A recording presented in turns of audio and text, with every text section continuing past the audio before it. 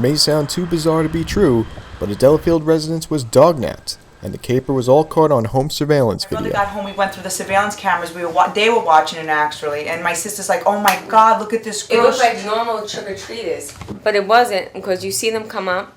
They had their trick-or-treat bags in their hand, and then all of a sudden, you see them look at the dog. You see them discuss it, and then all of a sudden, you see her call the dog over. You see the dog hesitate. So she stretches for the dog, grabs it, and proceeds walking down the block. So we knew. Left heartbroken, Tabitha Almeida and her family posted flyers all over from St. George to Mariners Harbor, searching for the 6-month-old Teacup Yorkshire Terrier, Amira.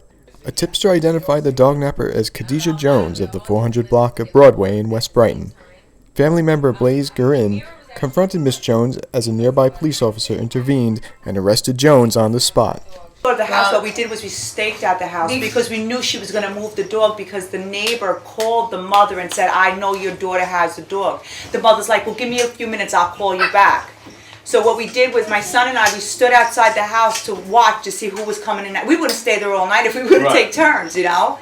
No lie, 5 minutes later, the girl's walking out with not 1, 2 bags. And my son's like, "Ma, she's moving, she's moving." I said, "Run and go tell Debbie that she's moving."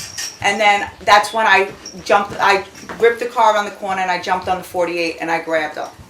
Little Amira is finally reunited with her owner, 15-year-old Alexis Almeida, and Khadieja Jones will face a whole slew of charges in criminal court.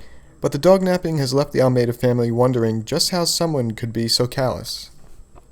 I knew just by the way things were going and how close she was to the signs that she wasn't just gonna turn the dog back. I knew, because anyone that saw the signs would have returned them if they knew it was truly a lost dog. Any normal person or any person with morals would have knocked on the door and said, "Excuse me, your dog's outside," you know what I mean? But she didn't. She literally didn't even proceed to the door. She put the dog inside her coat and just left.